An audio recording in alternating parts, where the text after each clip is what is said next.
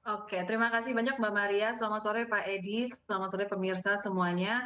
Terima kasih untuk kesempatan ini. Saya ingin menceritakan mungkin sesingkat mungkin awal saya bisa bergabung dengan Indosuria. Itu terjadi di tahun 2018.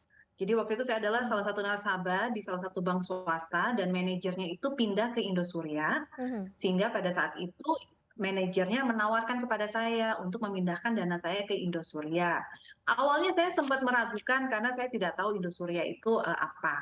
Lalu dijelaskanlah dengan sangat meyakinkan bahwa Indosuria ini perusahaan yang udah existing dari tahun 80-an, sudah memiliki cabang yang tersebar di Indonesia begitu kuat, lalu juga memiliki nasabah yang sudah banyak, dan portfolionya begitu kuat, sampai bahkan saya menanyakan ke lingkungan terdekat saya, itu banyak yang sudah memberikan secara tidak langsung testimoni betapa Mhm. nyamannya mereka menjadi nasabah dari Indosuria. Dan tentu Mhm. saja yang akhirnya membuat saya mau menjadi nasabah Indosuria adalah bunga yang ditawarkan.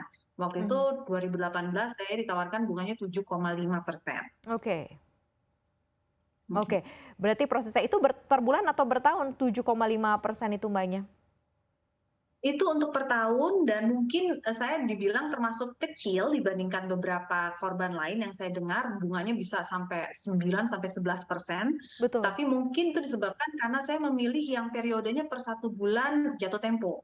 Sehingga memang kalau kita ketahui bersama deposito dengan periode yang cuma 1 bulan jatuh tempo itu pasti bunganya lebih kecil dibandingkan mereka yang menaruh dana untuk periodenya per 3, 6, sampai 12 bulan.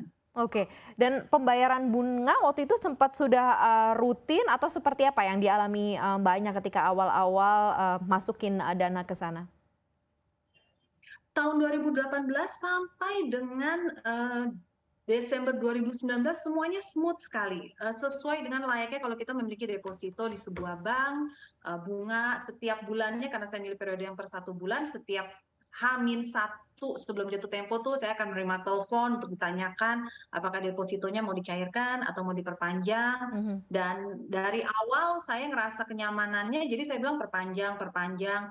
Bahkan bisa dikatakan banyak bunga yang saya tidak tarik, saya perpanjang lagi untuk menjadikan nilai pokok saya semakin tinggi. Mhm. Itu mungkin kenapa dari awalnya 2018 saya masuk hanya beberapa ratus juta, sampai akhirnya terkumpul 5 miliar. Bahkan saya kemarin membuka-buka berkas yang sudah saya biarkan berapa tahun tidak pernah saya buka, saya menemukan data bahwa antara Desember 2019 atau Januari 2020 saya sempat top up lagi dana saya di sana sebesar 2 miliar. Mhm. Aduh nggak enak Mhm. banget dengarnya, tapi ya itu yang terjadi. Oke, dan dipenuhi dengan total pembayaran bunga di 7,5% itu terpenuhi berarti, sempat terpenuhi ya? Dan kalau misalnya di-tracking mulai ngadatnya lagi tuh, kapan Mbak Anya? Itu terjadi di Februari 2020, Mbak Maria. Oke. Jadi saya kebetulan punya 3 biliet di dalam Indosuria dengan nilai 1,2 M, itu Mhm. jatuh temponya tanggal 13 Februari, lalu 2 miliar di tanggal 15 Februari, lalu tanggal 27 Februari saya punya biliet dinilai 1,8 M. Mhm. Nah, waktu tanggal 13 Februari 2020 diteleponlah saya dengan account officer-nya mereka lah yang biasa ngecek ke saya, terus tanya mau perpanjang atau tidak. Saya sempat awalnya saya bilang, "Ya udah perpanjang aja." Mhm. Terus ada nada keraguan-raguan yang Mhm. Mhm. ditimbulkan malah dia bilang, eee, "Ini lagi banyak yang narik loh Bu, Ibu mau perpanjang?" Terus saya sempat dengerin kayak, "Oh ya gitu ya? Oh ya kalau gitu saya ditarik juga deh." Oke. Udah sesederhana itu aja tanpa saya berpikir panjang, ada apa, bagaimana, lagi mau ada resesi mungkin atau bagaimana, Mhm. apa karena pandemi, ya udah saya ikutan aja. Saya bilang, "Ya udah saya ditarik," dan itu karena jatuhnya tanggal 13 Februari itu hari Kamis, saya bilang, "Saya juga ada 1 biliet lagi kan yang tanggal 15 Februari, sekalian yang itu ditarik juga deh." Dah, Mhm. itu sama mereka diproses. Hari Jumatnya tanggal 14 Februari, seperti biasa prosedurnya dari kantor pusat akan mengkonfirmasi ke kita, Mhm. menelpon, menanyakan apakah benar kita ingin melakukan penarikan terhadap deposito kita dan akan ditransfer ke nomor rekening sekian, Mhm. seperti biasanya. Dan itu dilaksanakan sesuai prosedur mereka pada umumnya, sampai biasanya kalau mereka nelpon antara pagi atau siang, sorenya itu udah ditransfer. Nah ini Oke. enggak. Jumat sore itu tidak ada dana yang masuk ke dalam nomor rekening yang saya sudah daftarkan. Tapi Mhm. saya pikir, oh mungkin karena weekend ya, ya udah deh saya tunggu sampai dengan hari Senin, tidak ada juga dana yang masuk. Habis Mhm. itu saya mulai lagi nih agak-agak mulai ngerasa tidak enak feelingnya, saya nelfon ke account manajernya. Saya Mhm. tanya, ini bagaimana Bu? Dana saya kok belum masuk ya udah hari Senin. Dia bilang, oh ya Bu, kita akan cek dulu, kita akan periksa lebih lanjut ya. Terus berlanjut, berlanjut, berlanjut, berlanjut, berlanjut sampai sekarang. Dana saya tidak Oke. pernah ada yang ditransfer. Oke, dan ternyata ada beberapa juga nasabah yang mengalami permasalahan yang sama, dengan Kakaknya ya. Terima kasih banget kayaknya sudah mau speak up dan mengangkat ini.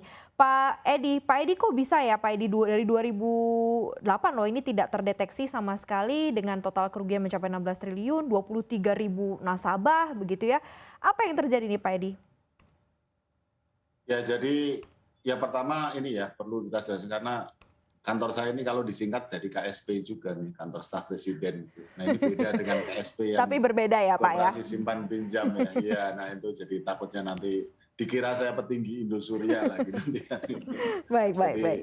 ya. Nah jadi ya ini sebenarnya kan kalau kita mau jujur ya, jadi memang ada celah di dalam regulasi kita ya, di mana pengawasan terhadap koperasi itu memang lebih jauh lebih longgar dibandingkan pengawasan terhadap lembaga keuangan yang lain ya, baik bank maupun yang non bank tapi yang bukan koperasi gitu ya. Nah ini yang kemudian kalau perbankan kemudian lembaga keuangan non bank seperti asuransi kemudian lembaga pembiayaan itu kan ada di OJK ya pengawasannya. Nah kalau koperasi memang tidak di sana gitu, paling tidak sampai saat kejadian itu gitu ya. Karena Mhm. kalau sekarang udah berbeda lagi aturannya karena ada undang-undang baru ya.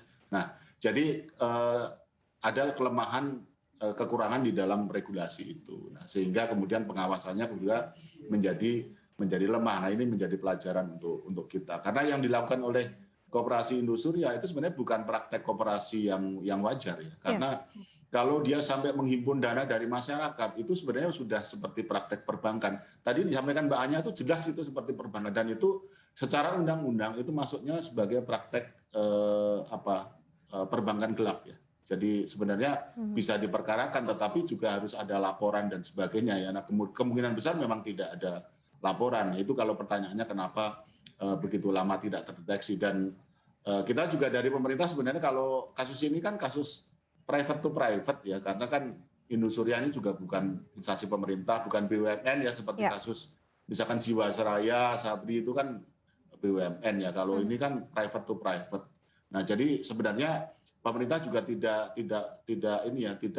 harus mengawasi satu persatu dalam arti seperti kalau ini lembaga keuangan yang menjadi tanggung jawab pemerintah. Tapi kan pemerintah punya tanggung jawab moral ya dan dalam ini pemerintah punya sikap yang sangat jelas sesuai dengan arahan Bapak Kepala Staf Mhm. Presidenan. Mhm. Saya juga hadir merapat dengan Pak Menko Polhukam juga mewakili Pak Kepala Staf yang kebetulan sedang di luar kota. Arahnya jelas, kita Oke. berpihak kepada masyarakat dalam hal ini adalah para nasabah gitu. Dan tapi ya sesuai dengan hukum dan regulasinya karena ini sudah masuk ke ranah hukum.